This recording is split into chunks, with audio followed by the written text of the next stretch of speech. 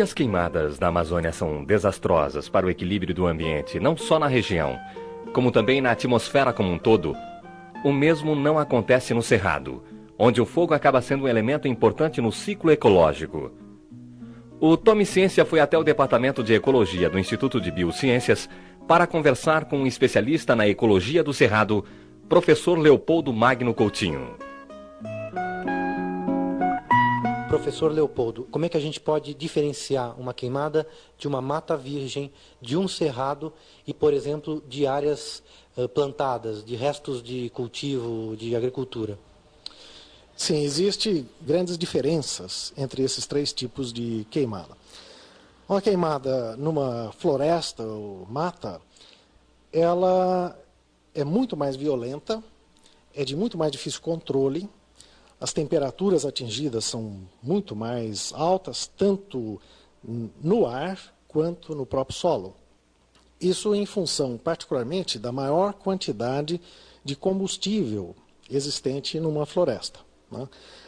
E uma queimada de floresta normalmente mata a floresta, destrói os indivíduos, eles morrem, e a reocupação dessa área vai depender de novos indivíduos que se instalem nessa área destruída, seja através de esporos, através de sementes que terão que germinar e os novos indivíduos crescer. Então a restauração dessa área é muito mais demorada, né? No caso de uma queimada em área agrícola, né, os efeitos são menores ainda, porque geralmente são apenas resíduos que são queimados. Esses resíduos são frequentemente amontoados em leiras, né? E então o fogo é muito mais controlado pelo próprio agricultor, de maneira que o efeito no ambiente, né, é menor, é mais localizado e é mais controlado. No caso de um cerrado, as queimadas são muito mais brandas se nós compararmos com a mata. São queimadas rápidas. As temperaturas atingidas não são tão elevadas quanto na floresta, porque existe menor massa combustível. No próprio solo, as temperaturas atingidas também são menores, né? Então, os efeitos de uma queimada em floresta e em cerrado não são comparáveis. Na mata, ela é absolutamente prejudicial, ela destrói a vegetação, né? No caso do cerrado, não. O cerrado é uma vegetação adaptada a fogo. Então, a grande maioria dos indivíduos não morre. É queimada a parte aérea deles, mas a parte subterrânea, que está protegida pelo próprio solo, que é um isolante térmico, a parte subterrânea sobrevive. Então, se você volta à área uma semana depois, 15 dias depois, você vê os mesmos indivíduos rebrotando, né? Aí a ocorrência de queimadas, desde que em intervalos não muito próximos, não muito curtos, né, digamos aí de 3 anos, 4, 5 anos, essas queimadas não trazem tanto prejuízo e, se nós computarmos os benefícios, talvez sejam mais benéficas do que prejudiciais. Então, para o manejo de reservas de cerrado, há até uma certa indicação de que sejam feitas queimadas em intervalos adequados, né, que eu imagino em intervalos não menores do que 3, 4 anos. Quando o senhor fala em benefício para o cerrado, quais são esses benefícios? Há vários que a gente já detectou. Com a queimada e a deposição das cinzas na superfície, né, isso acelera o processo de remineralização daquela massa que estava seca, inoperante e que retinha muitos nutrientes na matéria morta. Então, incinerando, nós estamos colocando aqueles nutrientes de novo à disposição das raízes. Se nós não incinerarmos, não queimarmos, esse nutriente vai demorar um tempo talvez um pouco longo para retornar ao solo e ser reutilizado pelas raízes.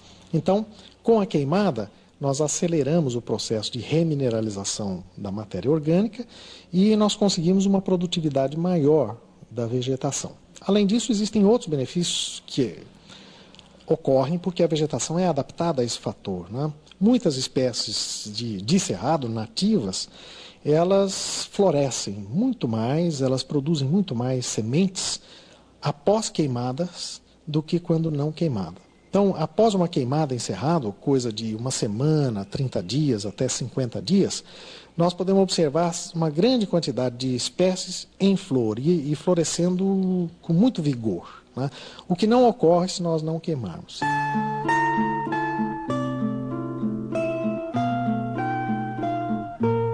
Professor Leopoldo, me parece que quando o senhor fala em queimada no cerrado, me parece que essa queimada é em benefício do próprio cerrado, não seria em benefício de se plantar no cerrado, é isso? Exato.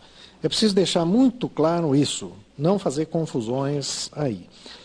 Se eu quiser preservar uma área de cerrado com a sua vegetação nativa, por exemplo, no caso de um parque nacional, de uma área de proteção ambiental, neste caso, queimadas feitas de forma adequada, em intervalos adequados, não com muita frequência, podem se constituir numa forma adequada de manejo dessa área, né, quando eu estou insistindo aí.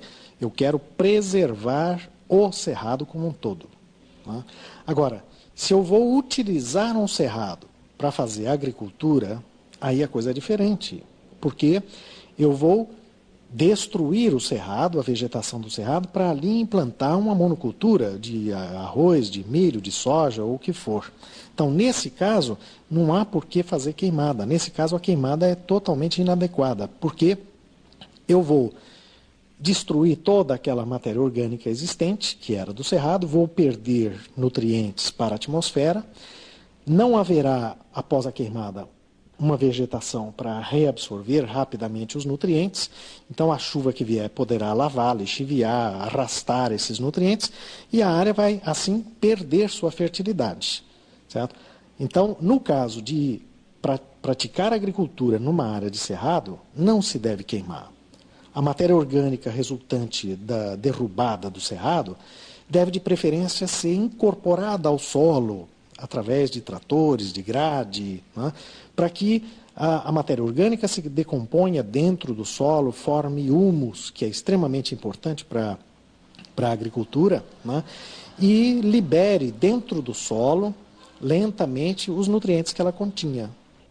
A gente perde, quer dizer, existe o custo-benefício compensa em relação ao cerrado, por exemplo? Porque, tá certo, existe um ganho. E o que se perde? Nós temos feito pesquisas nesse sentido e avaliado, quantificado toda essa mobilização, né, essa transferência de nutrientes para o solo, para a atmosfera e tal. E uma de nossas pós-graduandas, Vânia Pivello, ela fez exatamente um trabalho, o trabalho de mestrado dela foi nesse sentido, de quantificar, numa área de cerrado, que porcentagem dos nutrientes vai para a atmosfera. Então, ela verificou que para certos nutrientes, como o nitrogênio, por exemplo, 95% a 98% é perdido para a atmosfera. No caso do enxofre e no caso do fósforo, essa perda para a atmosfera é um pouco menor, da ordem de 50%, 60%. E nos outros nutrientes, como o potássio, cálcio e magnésio, da ordem de 45%, 50%. Isso é o que é perdido para a atmosfera. Agora, é preciso levar em conta que todo o material que vai para a atmosfera, um dia retorna da atmosfera para o solo. Então, num outro trabalho que eu particularmente fiz, eu avaliei essa transferência da atmosfera para o solo. E aí é possível, com esses dados, a gente fazer uma estimativa, embora ainda inicial, do balanço entre perda e retorno, né? Então, nessa primeira estimativa, nós chegamos ao seguinte resultado. O que é perdido numa queimada de cerrado para a atmosfera retorna em 3 anos. Isso significa que, se as queimadas forem realizadas com uma frequência de 1 a cada 3, 4 anos, nós chegamos a um equilíbrio. Isso é válido para a área que nós trabalhamos. Eu não quero extrapolar isso para outras áreas, porque nas outras áreas eu não sei. Então, esse tipo de trabalho precisaria ser repetido em outras áreas de cerrado para se poder estabelecer as condições ali de perda e de retorno. E essa perda também, ela pode variar conforme nós presumimos, né, que ela possa variar conforme a época em que é feito a queimada, conforme o grau de umidade do material combustível, tá? Se ele está mais verde, se ele está mais seco. Isso nós imaginamos que existam diferenças. Então nós precisamos de mais dados para poder ter mais segurança nessa afirmação. Mas é perfeitamente possível a gente estabelecer o balanço, né, entre perda e retorno. Aquele fogo maldito que o Paraná quase engole, José lutava com ele, acompanhado da prole.